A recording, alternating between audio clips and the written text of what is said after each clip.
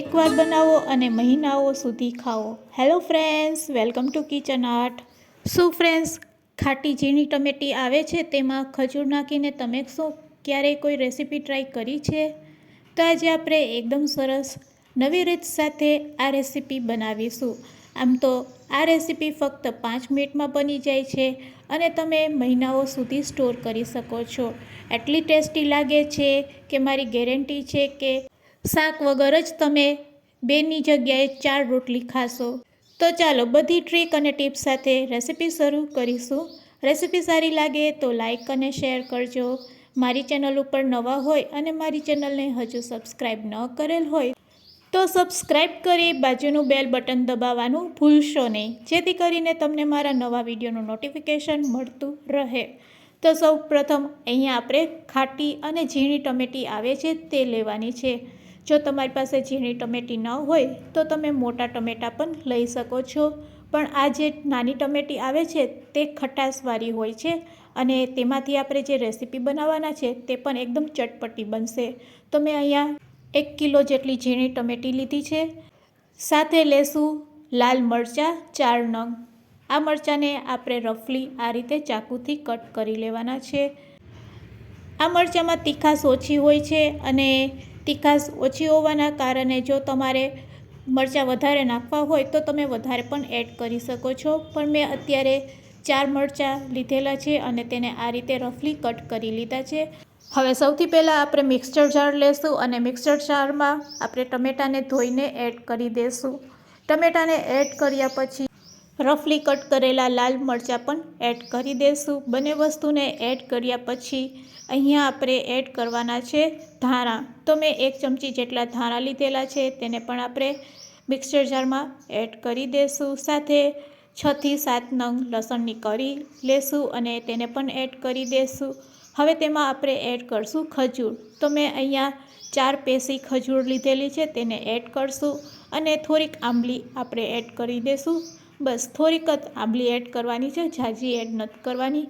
બસ હવે મીઠું નાખીને આપણે તેને ગ્રાઇન્ડ કરી લેશું અને આ રીતે એક સરસ પેસ્ટ બનાવવાની છે। તો ફ્રેન્ડ્સ, ગ્રાઇન્ડ કર્યા પછી તમે જોઈ શકો છો અહીંયા એકદમ સરસ આપણી પેસ્ટ છે ટમેટાની તે રેડી થઈ ગઈ છે। બસ હવે આપણે ગેસ તરફ જાશું। તો ફ્રેન્ડ્સ, હવે તમે સમજી ગયા હશો કે આપણે શું બનાવી રહ્યા છે।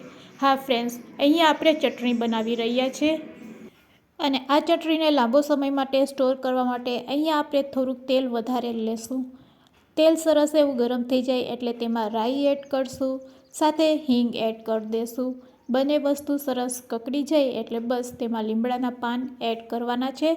10 થી 12 નંગ લીમડાના પાન એડ કર્યા પછી તરત જ આપણે ટમેટાની જે પેસ્ટ બનાવેલી છે તે એડ કરી દેવાની છે। અહીંયા ગેસની ફ્લેમ તમારે લો રાખવાની છે અને લો ફ્લેમ ઉપર જ આ ચટણીને આપણે પકાવીશું। હવે ચટણીને તમે કઈ રીતે પકાવશો? તો આ ચટણીને આપણે એકદમ ઘટ બનાવવાની છે અને આ ચટણીને આપણે લો ફ્લેમ ઉપર જ પકાવવાના છે। તો આ રીતે આપણે થોડીક વાર તેને પકાવી લેશું અને પછી તેમાં મસાલા એડ કરવાના છે।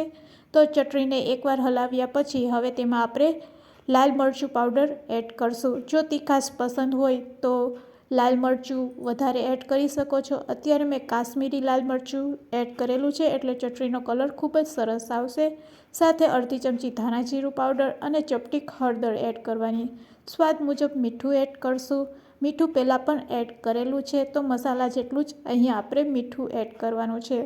બસ બધા મસાલાને આપણે ગ્રેવી સાથે મિક્સ કરી લેશું અને આ રીતે ચટણીને લો ફ્લેમ ઉપર જ પકાવવાની છે।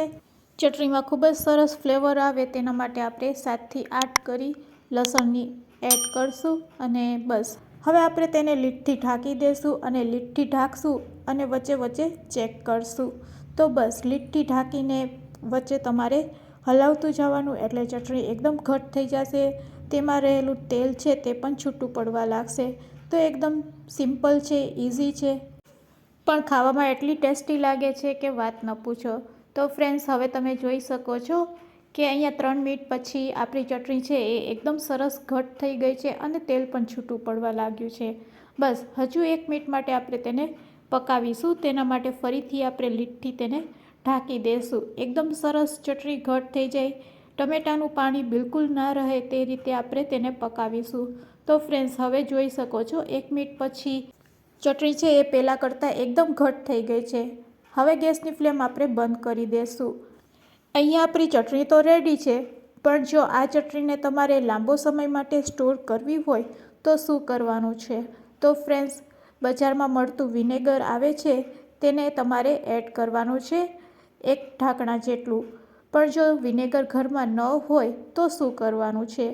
તો આપણે ગેસની ફ્લેમ બંધ કર્યા પછી ચટણીને થોડીક ઠંડી કરી લેશું અને પછી તેમાં લીંબુનો રસ એડ કરશું.